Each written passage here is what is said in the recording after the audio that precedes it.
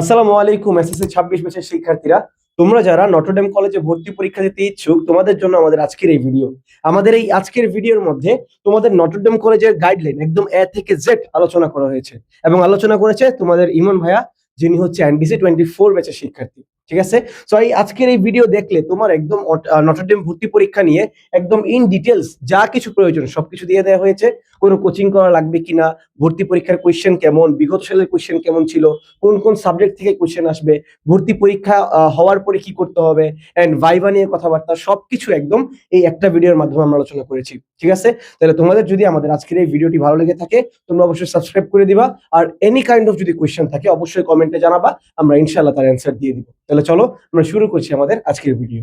তোমরা already thumbnail এবং title থেকে বুঝে গেছো আজকে আমরা কি নিয়ে কথা বলবো। হ্যাঁ, আজকে আমরা হচ্ছে নর্ডেন কলেজের ভর্তি গাইডলাইন নিয়ে কথা বলবো। সো তোমাদের সবার মনের মধ্যে হচ্ছে নর্ডেন কলেজ নিয়ে বিভিন্ন রকমের প্রশ্ন থাকে। সো তুমি যদি আজকের এই ভিডিওটা দেখো তাহলে তোমার যত প্রশ্ন তোমার মধ্যে আছে, তোমার মনে লুকায়িত আছে, সবগুলো প্রশ্ন তুমি ইনশাআল্লাহ পেয়ে যাবে। এবং তারপরেও যদি তোমার সমস্যা থাকে, যে কোনো প্রবলেম থাকে বা কোনো প্রশ্ন থাকে, তাহলে অবশ্যই আমাদেরকে কমেন্ট করবা। ইনশাআল্লাহ I will try my best ইনশাআল্লাহ। সো চলো আমরা শুরু করি বেশি না কথা বলে। সো ফার্স্ট অফ অল, কেন এনডিসি? আসলে সবাই এনডিসি কেন পড়তে চাই বা কেন এনডিসি কে সবাই কলেজ হিসেবে বেছে নেই? সো অবশ্যই এর পিছনে একটা রিজন আছে। সো এনডিসি অবশ্যই ভালো একটা কলেজ, বাংলাদেশের বলতে পারো খুব টপ লেভেল একটা কলেজ। সো এখানে ভালো হওয়ার এবং তোমার এখানে বেছে নেওয়ার অনেকগুলো কারণ আছে। যেমন ধরো রেজাল্টে বলো, তাদের রেজাল্ট, এইচএসসি রেজাল্ট বলো বা বিভিন্ন এডমিশনে, বিশেষ করে বুয়েট মেডিকেল থেকে শুরু করে ঢাকা ভার্সিটি বা প্রত্যেকটা পাবলিক ইউনিভার্সিটির পরীক্ষার মধ্যে দেখবা যে এনডিসির ছেলেপেলেরা যেই পরিমাণ চান্স পায়, এটা অবশ্যই ঈর্ষণীয়। সো দ্যাটস হচ্ছে এনডিসির রেজাল্ট তো অবশ্যই টপ নচ, এর জন্য অবশ্যই এনডিসি কে অনেকে বেছে নেই। নাম্বার টু হচ্ছে ডিসিপ্লিন। মানে এনডিসি সবচেয়ে স্ট্রং একটা বিষয় হচ্ছে ডিসিপ্লিন। এখানে প্রত্যেকটা বিষয় অনেক, মানে প্রত্যেকটা জিনিস অনেক ডিসিপ্লিনের সাথে হচ্ছে করা হয়। সো দ্যাটস হচ্ছে এনডিসি কে অবশ্যই সবাই প্রায়োরিটিতে রাখে। এখানে টিচার, স্টুডেন্ট সবাই অনেক ডিসিপ্লিন মেনটেন করে চলে। সো এইটা অবশ্যই অনেক পজিটিভ একটা দিক এনডিসির জন্য। তারপরে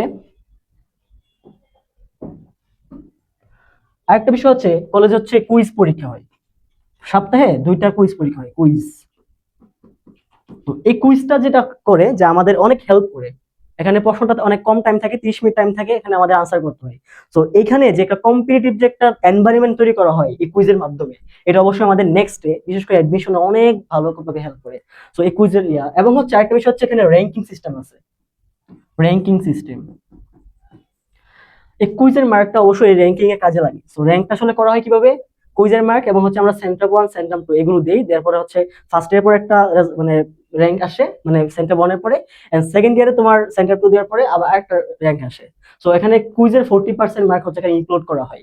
সো এই যে তোমার র্যাঙ্কটা সবাই মানে আগে রাখার জন্য বা র্যাঙ্কটা ভালো রাখার জন্য অবশ্যই সবাই কুইজে হচ্ছে ভালো করার চেষ্টা করে, কারণ কুইজের মার্কটা হচ্ছে র্যাঙ্কে অবশ্যই অনেক ইফেক্ট ফেলায় আর কি, বা এটা কাজে লাগে। সো দেখা গেছে কি সবাই এই র্যাঙ্কটা ভালো করার জন্য হইলেও কুইজে পড়াশোনা করে।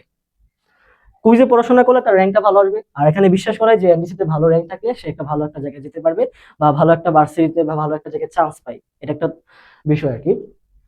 সো কুইজটা অবশ্যই আমরা সবাই সিরিয়াসলি নিই, এবং কুইজটাকে আসলে সিরিয়াসলি নেওয়ার জন্য অবশ্যই আমাদের একাডেমিকলি আমরা অনেকটা লাভবান হই। যেমন আমরা যদি কেউ কুইজের জন্য পড়ি, প্রতি সপ্তাহে দুই দিন থাকে, 2টা কুইজ থাকে, তো কুইজের জন্য যদি কেউ পড়ে তাহলে দেখা গেছে কি তার সিলেবাসটা শেষ হয়ে যায়, স্মুথলি শেষ হয়ে যায়। সো এই কুইজটা অবশ্যই এখানে অনেক আমাদের হেল্প করে। তারপরে হচ্ছে এখানে টিচার, এখানে প্রত্যেকটা টিচার অনেক ফ্রেন্ডলি হয় এবং খুবই এফোর্ট দিয়ে আমাদেরকে পড়ায়। সো তোমার যদি কোনো সমস্যা থাকে তুমি যদি স্যারকে বলো, তাহলে স্যার অবশ্যই খুবই ফ্রেন্ডলি এবং খুবই তোমার এফোর্ট দিয়ে তোমাকে বোঝাবে। সো এটা অবশ্যই অনেক হেল্প করে আমাদেরকে। সো এই যে তোমাদের স্যার এবং হচ্ছে স্টুডেন্ট সবার যে এফোর্টটা, এই এফোর্টটাকে অবশ্যই মানে আমাদের হচ্ছে এনডিসিতে ভালো একটা রেজাল্টের জন্য অবশ্যই ভূমিকা পালন করে। তারপরে এখানে আরো কিছু বিষয় আছে যে তোমার এখানে যে ভর্তি হয় নর্মালি কারা। তুমি দেখবা তোমার এলাকার যে টপার স্টুডেন্ট আছে বা তোমার ক্লাসের বা তোমাদের স্কুলের যে ফার্স্ট বয় সেকেন্ড বয় থাকে, তারা নর্মালি তারা হচ্ছে এনডিসিতে চান্স পায়। বিশেষ করে বিভিন্ন জেলা স্কুল থেকে শুরু করে ভালো ভালো স্কুলগুলো থেকে মেনলি স্টুডেন্ট হচ্ছে এখানে ভর্তি হয়। সো এই যে একটা ভালো স্টুডেন্টের যে একটা এনভায়রনমেন্ট আছে, প্রত্যেকটা স্টুডেন্ট তোমার আশেপাশে ভালো, তুমি তোমার প্রত্যেকটা স্টুডেন্ট আশেপাশে হচ্ছে ভালো, তাহলে যেটা হয় যে সবাই কি পড়াশোনা নিয়ে অনেক বিজি থাকে বা হচ্ছে অনেক ডিসকাস করে। তো তুমি যদি এনভায়রনমেন্টে থাকো তাহলে তুমি ওদেরকে থেকে অবশ্যই তুমি নিজের ইন্সপিরেশন পাবা, তুমি নিজেও পড়ার ট্রাই করবা। সো এই যে এনভায়রনমেন্ট অবশ্যই একটা ম্যাটার করে এখানে, এই জন্য অবশ্যই এনডিসি একটা বেস্ট একটা জায়গা তোমার জন্য, বিকজ এখানে প্রত্যেকটা স্টুডেন্ট ভালো স্টুডেন্ট এবং সবাই পড়াশোনা নিয়ে অনেক সিরিয়াস থাকে। সো তুমি যে কোনো হেল্প চাইলে তুমি তোমার ফ্রেন্ড বলো, তোমার টিচার বলো, সবার কাছে তুমি পাবা। এবং এখানে এই যে কলেজে যে অ্যালামনাই খুবই বিশাল এবং খুবই ভালো লেভেলের অ্যালামনাই হচ্ছে এই কলেজে। তুমি প্রত্যেকটা জায়গায় যাও, তুমি ভার্সিটি থেকে শুরু করে বুয়েট মেডিকেল যে কোনো জায়গায় যাও, এনডিসি তুমি অ্যালামনাই পাবাই। সো এই অ্যালামনাইটা খুবই স্ট্রং, এর একটা প্লাস পয়েন্ট। সো এগুলো হচ্ছে মেনলি এনডিসি কে মানে সবাই প্রাধান্য দেওয়ার একটা মূল কারণ, বা আরো কিছু আছে এই বিষয়গুলো। সো চলো এরপরে দেখি কি। আচ্ছা, এখানে কোন কোন গ্রুপে পরীক্ষা হয়? তো এখানে আসলে সায়েন্স, আর্টস, কমার্স সবারই হয়। Science, commerce,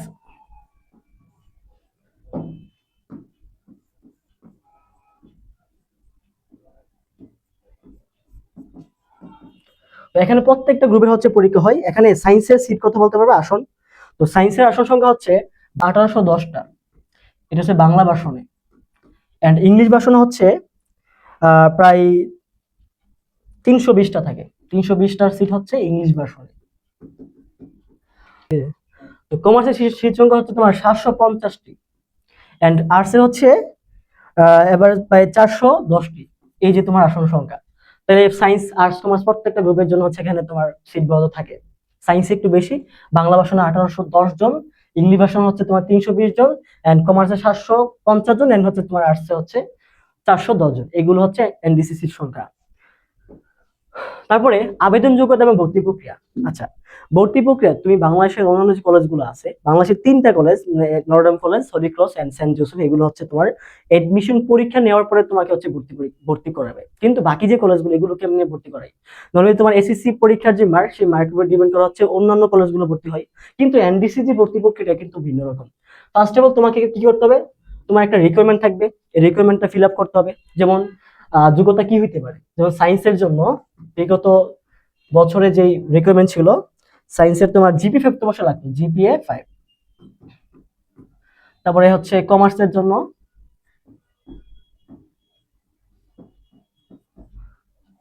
commerce and arts, কমার্সের জন্য ছিল 4.00 জিপিএ, ঠিক আছে।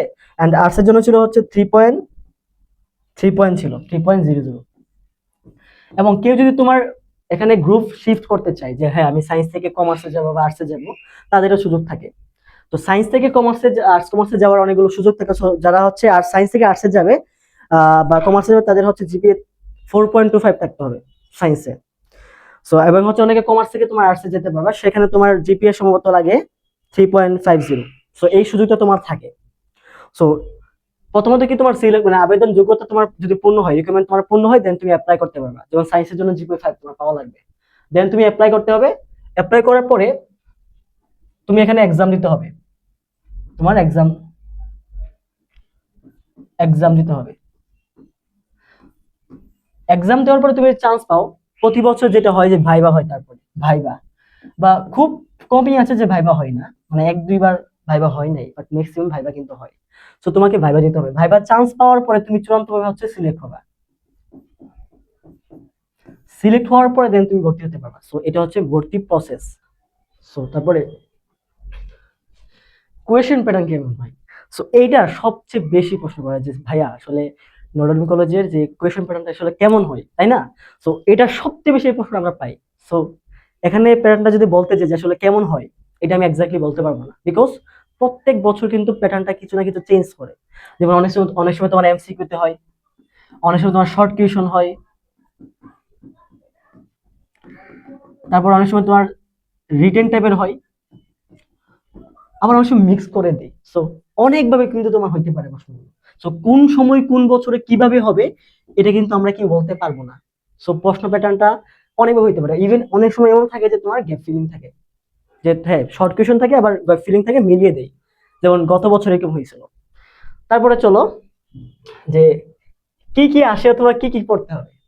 আচ্ছা, সায়েন্সের যেহেতু আমি সায়েন্সের স্টুডেন্ট, সো আমি সায়েন্স গ্রুপ নিয়ে একটু আলোচনা করবো।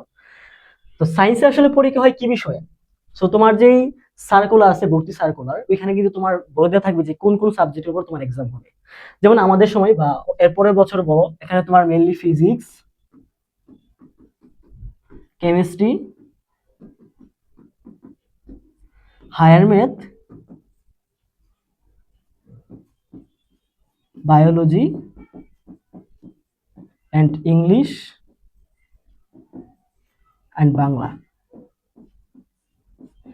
আবার মাঝে মাঝে তোমার আইসিটিও আসে বা জিকো আসতে পারে। তো এই যে 6টা বিষয়, এটা ম্যাক্সিমাম হচ্ছে পরীক্ষা হয়, বা আমাদের সময় বের পরের বছর বের আগের বছর হচ্ছে এই বিষয়গুলোর উপর হচ্ছে পরীক্ষা হয়েছিল। তাইলে এখানে তুমি আসলে কি পড়বা, তোমার সিলেবাসটা কি তোমার জানতে হবে না? তো সার্কুলারে খুব সুন্দর করে বলা থাকে যে তুমি যেই বছরে এসএসসি পরীক্ষা দাও সেই সিলেবাস এখানে পরীক্ষা হয়। বা অনেকে প্রশ্ন করে, ভাই এখানে কি তোমার আটলান্টিক মহাসাগর থেকে প্রশ্ন দেয়? না, তোমার মেইন বই থেকে। তোমার মেইন বই তুমি ভালো করে পড়বা, এটা তোমার হচ্ছে তোমার সিলেবাস। এখানে তুমি এসএসসি লেভেলে যদি ভালো করে পড়াশোনা করো তোমার মেইন বইটা, তাহলে তুমি কি পড়বা? তোমার যে এসএসসি লেভেলে যে বইটা আছে, এসএসসি লেভেলে যে বইটা আছে 9 10 এর বইটা, এটা লাইন বাই লাইন তুমি পড়বা, লাইন বাই লাইন। তুমি লাইন বাই লাইন যদি পড়ো তাহলে তোমাকে এখানে আটকাতে পারবে না, কারণ এখানে প্রশ্ন করো একদম বেসিক থেকে এবং তোমার লাইন বাই লাইন থেকে। তুমি এমন হইতে পারে তুমি এমন একটা লাইন স্কিপ করলা যে লাইন থেকে এখানে এক্সামে আসা পড়ে, বা ধরো বুট কোশ্চেন যেগুলো আসে তোমার কি সচরাচর এগুলো দিবে না, এরকম দিবে না, খুবই কম দিবে। কিন্তু তোমার আসবে লাইন বাই লাইন থেকে, যদি তুমি খুব ভালো করে পড়ো প্রত্যেকটা কনসেপ্ট বেসিক সহ, দেন তুমি এখান থেকে আসতে পারবে, মানে লাইন বাই লাইন পড়লে তুমি এখানে পারবা। বিশেষ করে ফিজিক্সে বলি, ফিজিক্স এবং ম্যাথটা এই দুটাকে হচ্ছে আমরা এক ক্যাটাগরি দিতে পারি, ফিজিক্স এবং ম্যাথ এই যে এটাকে হচ্ছে এক ক্যাটাগরি বলতে পারি। তো এখানে কেমন প্রশ্ন আসে, নর্মালি হচ্ছে একটু বেশি ম্যাথমেটিক্যাল আসে, খুব বেসিক থেকে খুবই সুন্দর প্রশ্ন আসে। কিন্তু এই বলেই না যে তুমি সংজ্ঞা টঙ্গা বাদ দিবা না, কারণ এই যে গত বছরের কথা বলবো, এর আগের বছর বলি, একটা ঘটনা ঘটছে। এখানে তোমার ম্যাথমেটিক্যাল না এসে বিভিন্ন সংজ্ঞা আছে। কেমন সংজ্ঞা? বৃত্তকলা কাকে বলে, তোমার কি প্রধান, কি যে বলে প্রধান উপকেন্দ্র কাকে বলে, এরকম প্রশ্ন আসছে। তারপরে লগারিদম কাকে বলে, এরকম প্রশ্ন আসছে। তো তোমাকে বললাম না, তোমার প্রত্যেকটা লাইন বাই লাইন তুমি পড়বা। আমরা যেটা করি কি করি, আমরা হচ্ছে এসএসসি বইগুলো যে হায়ার ম্যাথ আছে, ফিজিক্স আছে বা কেমিস্ট্রি আছে, মেইন বইটা আমরা খুলি না, আমরা টেস্ট পেপার সলভ করি। ওকে ফাইন, বাট এই যে মেইন বইয়ে যে অনেক ইনফরমেশন থাকে এগুলো কিন্তু আমরা দেখি না। সো এখান থেকে কিন্তু এনএসসি প্রশ্ন করে ফেলতে পারে, এবং এটা আসলে করেছে। ঠিক আছে, তুমি আমার গত ভিডিও দেখলে অবশ্যই তুমি পাবা, 2022 23 বা 23 24 ভিডিও হচ্ছে আমি করেছি, অবশ্যই তুমি পাবা। আমি তোমাকে ভিডিওর ডেসক্রিপশন বক্সে ওই ভিডিওর লিঙ্কটা আমি দিয়ে দিব, সো পাবা তুমি। তারপরে কেমিস্ট্রি এবং বায়োলজি, এইটা আবার একটাই বলতে পারি, এই যে কেমিস্ট্রি এবং বায়োলজি এটা হচ্ছে একটা টাইপ। তো এখানে কি আসে ভাই, এখানে ভাই কিছু আসে না, তোমার মেইন বই হুবহু মেইন বই থেকে আসে প্রত্যেকটা জিনিস। তোমার মেইন বই একদম ফার্স্ট টু লাস্ট ভালো করে পড়া আছে, এসএসসি লেভেলে আছে, তাহলে তুমি হচ্ছে ফিজিক্স মানে কেমিস্ট্রি বায়োলজিতে আটকাইবা না। তারপরে ভাই বাংলা ইংলিশ, বাংলাটা বলি। তো বাংলাটা ভাই, বাংলাটা হচ্ছে হুবহু তোমার বইয়ের প্রশ্ন আসবে। যেমন বিভিন্ন কবি পরিচিতি আছে, লেখক পরিচিতি আসে, বা বাংলা ব্যাকরণ থেকে, মাঝে মাঝে সমাজ থেকে আসে, সন্ধি থেকে আসে, এগুলো বাংলা থেকে আসে। আমি বললাম না, তুমি এসএসসি তে ভালো করে তোমার মেইন বইটা পড়বা, তাহলে এই বাংলা তুমি আটকাবা না। ইংলিশে কি আসে, ইংলিশে বিশেষ করে প্রনাউন্সিয়েশন, সরি এখানে স্পেলিং আসে, স্পেলিং, তারপরে তোমার রাইট অফ ভার্ব বা বিভিন্ন গ্রামাটিক্যাল বিষয়গুলো আছে, বা মাঝে মাঝে তোমার বিভিন্ন তোমার সাহিত্য থেকে আসে, লিটারেচার ইয়ে থেকে আসে। সো এই হচ্ছে তোমার প্রশ্ন আসে আর কি, ঠিক আছে। সো আমি তোমাকে কি বুঝাইলাম, তুমি যদি তোমার এসএসসি লেভেলের বইগুলো ভালো করে পড়ো, তুমি যদি প্রত্যেকটা কনসেপ্ট তোমার ক্লিয়ার থাকে, তাহলে তুমি পারবা, ঠিক আছে, অবশ্যই পারবা। তবে লাইন বাই লাইন তোমাকে পড়তে হবে, এমন কোনো কিছু তোমাকে স্কিপ করা যাবে না, ঠিক আছে।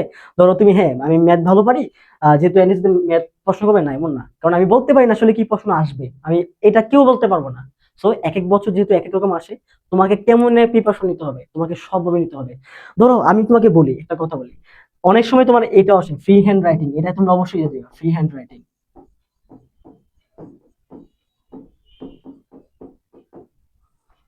আমাদের বছরে একটা ফ্রি হ্যান্ড রাইটিং আসছিল, তোমার অনুচ্ছেদ কি আসছিল, ডাকবাংলো শব্দের লেখো। তাহলে অনেকে যারা প্রিপারেশন মানে বলতে, যেমন আমি আমার কথা বলি, আমি নিজে আমি পারতাম, কারণ আমার এলাকাতে ডাকবাংলো আছে। সো আমি আমার যে যে নলেজটা আছে, এই নলেজটা হচ্ছে আমি 15 বাক্য বলছিল, আমি প্রায় 10 15 বাক্য হয়তো লিখতে পারছিলাম, বাট অনেকে এই জিনিসটা পারে নাই। সো তোমাকে তোমাকে তুমি এমনভাবে প্রিপারেশন নিবা যেন তুমি প্রত্যেকটা মানে যেভাবে আসো না কেন তুমি যেন পারো। তোমার অনুচিত আসতে পারে, এর পরের বছর ভাব সম্প্রসারণ আসছে। সো এরকম প্রিপারেশন নিতে হবে। তো তার মানে কি, তুমি মেন্টালি প্রিপারেট নিয়ে রাখবা যে যেমনি আসো না কেন আমি যেন পারি। এজন্য তোমাকে আবারও বলি, তুমি এসএসসি লেভেলে ভালো করে পড়াশোনা করবা, ইনশাল্লাহ। তাইলে যদি মানে তোমার ভাগ্যে থাকলে অবশ্যই তুমি চান্স পেয়ে যাবা, ঠিক আছে, এই হচ্ছে কথা। আচ্ছা, এরপরে ভাইবা নিয়ে, হ্যাঁ, তো রিটেনে চান্স পাওয়ার পরে অবশ্যই ভাইবা হয়, এটা ম্যাক্সিমাম সময় হচ্ছে ভাইবা হয়, খুব কম সময় আছে যে ভাইবা নেই না, 1 2 বছর আছে এরকম ভাইবা নেওয়া হয় না। সো ভাইবা নিয়ে তোমাদের জন্য অবশ্যই আমি একটা ডেডিকেটেডলি আরেকটা ভিডিও বানাচ্ছি, সেই ভিডিওতে তুমি একদম ভাইবা নিয়ে একদম কি করবা একটু যেটা আমি আলোচনা করবো, ঠিক আছে? সো নর্মালি ভাইবাতে তোমার আসলে বলো, তোমার কি এখানে তোমার ট্যালেন্ট বা হচ্ছে তোমার মেধা যাচাই করবে এখানে? না। বলো, আমরা হচ্ছে এক্সাম দিয়ে এসএসসি আমি হচ্ছে প্রথমে প্লাস পাইছি, বা হচ্ছে যে রিকোয়ারমেন্ট ছিল আমরা ফিল আপ করছি। এসএসসি পরে আমরা আসছি কি তোমার পরীক্ষা দিছি, এক্সাম দিছি, এক্সাম দেওয়ার পরে চান্স পাইছি, দেন হচ্ছে আমরা ভাইভাতে আসি। তাহলে এখানে তোমার মেধার তো আসলে কমতি নেই, ওরা জানে তুমি তোমার মেধা আছে বিধায় তুমি হচ্ছে চান্স পাইছো, বা হচ্ছে রিটেনে তুমি চান্স পাইছো, এটা ওরা ভালো করে বুঝে।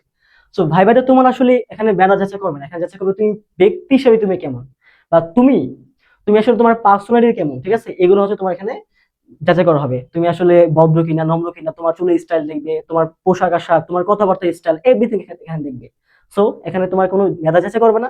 ইভেন এখানে অনেক তুমি প্রশ্ন তোমাকে করবে, তুমি যদি নাও পারো তাও চান্স পাবে, যদি তুমি ওনাদেরকে তুমি ইয়ে করতে পারো, খুশি করতে পারো, বা তোমার ওনাদের ওনাদের কাছে তোমার ইমেজটা যদি ভালো হয়, বুঝছো? সো এখানে তুমি যদি মানে প্রশ্ন অনেক, যেমন আমার কথাই বলি, আমি নিজের ভাইভাতে হচ্ছে 2টা প্রশ্ন পারি নাই, আমি ইজিলি বলছি ভাই, সরি স্যারকে আমি সুন্দর করে নম্র ভাষায় বলছি, সরি স্যার আমি এটা আনসার জানি না, বাট আমি পারি না, আমি বলেছি স্যার সরি আমি পারি না বা জানি না। যদি আমি বলতাম যে হ্যাঁ কি যে ছিল ভাই, এরকম করলে ভাই তোমাকে স্যার কিন্তু কর দিবেই, ঠিক আছে? এই ধরনের বিষয়গুলো করা যাবে না। আর অবশ্যই স্যারদের সামনে কিন্তু যথেষ্ট পরিমাণে হচ্ছে আমাদেরকে হাম্বেল হইতে হবে, ঠিক আছে? এটা হইলো ভাইবার বিষয়। তারপরে আচ্ছা, এটা সবচেয়ে বেশি পাওয়া যায়, কোচিং এর কোনো প্রয়োজন আছে কিনা, এটা কিন্তু সবার প্রশ্ন থাকে ভাই, কোচিং এর প্রয়োজন আছে কিনা। আচ্ছা, এটার যদি প্রশ্নের উত্তর দিতে চাই তাহলে অনেকভাবে বলতে পারি। ফার্স্ট অফ অল হচ্ছে আমার কথা বলি, আমি কি কোচিং করছি? এক কথায় বলবো না, আমি কোচিং করি নাই। আমার ম্যাক্সিমাম ফ্রেন্ড কোচিং করে নাই, বাট তারা কিন্তু চান্স পাইছে। তবে হ্যাঁ, সব স্টুডেন্ট কিন্তু একরকম না। কারণ আমি যেমন তুমি তেমন সেমন নাও হইতে পারো। অনেকে আছে যে তাকে যদি গাইড না করা হয়, তাকে যদি চাপ না দেওয়া হয়, প্রেশার না দেওয়া হয়, সে পড়াশোনা করে না। এখন হ্যাঁ, তুমি কোচিং করতে পারো কখন, যদি তুমি এরকম স্টুডেন্ট হও যে না তুমি নিজে নিজে পড়ো না, তোমার ওইরকম ডেডিকেটেড কাজ করে না, তাহলে তুমি কোচিং করতে পারো, বা তোমার গাইডলাইন থাকার জন্য অবশ্যই করতে পারো। যেমন এক্সাম দিতে পারো, এক্সাম দিতে যেটা হয় যে হ্যাঁ, তোমার একটা আয়ত্তে থাকলা বা একটা গাইডলাইনে থাকলা, এইটার জন্য তুমি কোচিং এ ভর্তি হইতে পারো এক্সাম বেসে বা এরকম, ঠিক আছে? কিন্তু আমি বলি ইভেন নর্ডেন কলেজ, ভাই এটা সবচেয়ে ভালো কথা, মানে সবচেয়ে ইম্পর্টেন্ট কথা, নর্ডেন কলেজে তোমার যে এডমিশনের সার্কুলার দেয়, এই সার্কুলারে সুন্দর করে লিখে দেওয়া থাকে যে কোনো কোচিং এর প্রয়োজন নাই। সো বুঝছি তো, এখানে এসএসসির যে বই আছে, টেক্সট বুক, বোর্ড বই, এগুলো ভালো করে পড়লে তোমার এখানে কভার হয়ে যাবে, ঠিক আছে? সো কোচিং এর কিন্তু আসলে প্রয়োজন নেই। তবে তুমি যদি তোমার একে মনে করো যে ভাই আমি আসলে আমাকে চাপ না দিলে, প্রেশার না দিলে আমার পড়াশোনা হইতেছে না, বা তোমার নিজেকে হচ্ছে কন্টিনিউ রাখার জন্য তুমি চাইলে একটা কোচিং এ জয়েন হতে পারো। এটা কি আর কি, কিন্তু সবার জন্য না কিন্তু। খরচ এবং হোস্টেল ব্যবস্থা, এটা মোস্ট ইম্পর্টেন্ট একটা প্রশ্ন। কারণ তোমার খরচ সঙ্গে জানতে হবে, তোমার হোস্টেল সঙ্গে জানতে হবে আছে কিনা। ফার্স্ট অফ অল বলি, নর্ডেন কলেজে কোনো হোস্টেল নাই। হ্যাঁ, তবে আছে, যারা প্রত্যন্ত এলাকা থেকে আসে তাদের জন্য মার্টিন হল নামে একটা ইয়ে আছে, এখানে খুব কম সংখ্যক আছে, এরা যারা প্রত্যন্ত এলাকা থেকে আসে তাদের জন্য শুধু, আমাদের জন্য না। আমরা যারা ইন জেনারেল থেকে আসি, আমাদের জন্য কিন্তু এটা না। সো হোস্টেল তো নাই, সো এবার খরচটা কেমন হতে পারে? আচ্ছা, কলেজ যখন তুমি ভর্তি চান্স পাবা, চান্স পাওয়ার পরে তোমার ভর্তি গেলে সম্ভবত 20,000 টাকার মতো, 20 থেকে 25,000 টাকা এরকম একটা, 20 থেকে 25,000 টাকার মতো একটা তোমার ভর্তি ফি লাগবে। এখানে বেতন ইনক্লুড থাকবে আর কি, মানে ভর্তি ফি প্লাস হচ্ছে 6 মাসের বেতন থাকবে আর কি। তারপরে মানে কলেজের বেতন বা সায়েন্সের বাংলা ভাষণ সম্ভবত 1600 টাকা, ইংলিশ ভাষণে একটু বেশি, আর আর্টস কমার্সের ক্ষেত্রে আর একটু কম আর কি। তবে এভারেজ এরকম 1600 থেকে 2000-এর মধ্যে থাকে। সো এটা তোমরা হচ্ছে 2 বছর টাকা দিতে হবে। সো এই হচ্ছে কলেজেরই আর কি। কিন্তু তোমার মান্থলি কত খরচ হবে বলো তো ভাই? মান্থলি তুমি যেখানে পড়াশোনা করবা, তোমার মান্থলি কেমন টাকা খরচ হইতে পারে, এটা তোমাকে জানতে হবে। সো এখানে নর্মালি যেহেতু তুমি, এখানে কলেজে কোনো হোস্টেল নাই বা কলেজে থাকার কোনো ব্যবস্থা নাই, তাহলে তোমাকে অবশ্যই বাইরে থাকতে হবে বা অন্য বাসায় থাকতে হবে, তাই না? সো যারা হচ্ছে গ্রাম থেকে আসে, যেমন আমাদের মতো যারা গ্রাম থেকে আসে, তারা হচ্ছে কলেজের আশেপাশে অনেকগুলো হোস্টেল আছে, মানে আরামবাগ মতিঝিল এলাকাতে অনেক হোস্টেল আছে, মানে প্রাইভেট টাইপের আর কি, প্রাইভেট হোস্টেল, তুমি টাকা দিলে এখানে থাকতে পারবা, খাইতে পারবা, এরকম আর কি।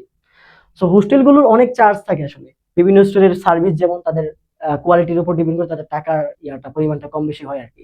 সো তুমি যদি এখানে থাকতে চাও, মিনিমাম তোমার হচ্ছে 9 থেকে 10,000 টাকা হোস্টেল, হোস্টেল শুধু লাগবে, মানে তোমার থাকা, মানে খাওয়া প্লাস হচ্ছে তোমার থাকা,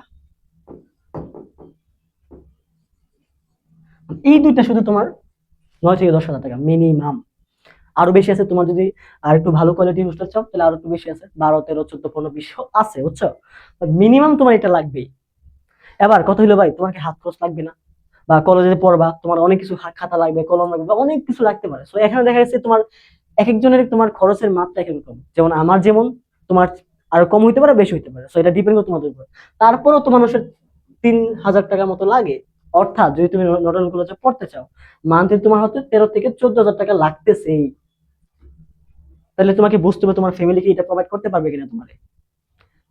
যদি তোমার ফ্যামিলি প্রোভাইড করতে পারে তাহলে অবশ্যই তোমার এখানে আসা উচিত, ঠিক আছে? এবং আরো কিছু অসুবিধা আছে যে হোস্টেল নিয়ে বলি। এখানে তোমাকে বুঝে শুনে হোস্টেলে উঠতে হবে, বা মানে একটু ভালো একটা এনভায়রনমেন্ট পেতে হবে, কারণ ভালো একটা এনভায়রনমেন্ট থাকলে তুমি পড়াশোনাটা ভালো করতে পারবে।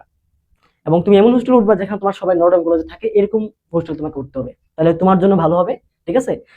একটা হচ্ছে তোমার অনেকের আছে এখানে অসুবিধা আছে কিছু, যেমন আমরা যারা গ্রাম থেকে আসি বা হচ্ছে ফ্যামিলির কাছ থেকে দূরে আসি, আমরা হচ্ছে এখানে প্রথম টাইমে হচ্ছে কোভিড করতে পারি না। মানে এই যে পরিবেশের সাথে হচ্ছে আমরা আহ সামঞ্জস্য সম্পন্ন, এই যে পরিবেশের সাথে আমরা হচ্ছে খাপ খাওয়া থাকতে পারি না, ঠিক আছে? তো এই সমস্যাটা হয়, যেমন খাবার দাবার হচ্ছে আমাদের ফ্যামিলিতে যেমন খাবারটা, এখানে তো এরকম খাবার হবে না। সো কিছু সমস্যা এখানে ফেস করতে হবে, ঠিক আছে?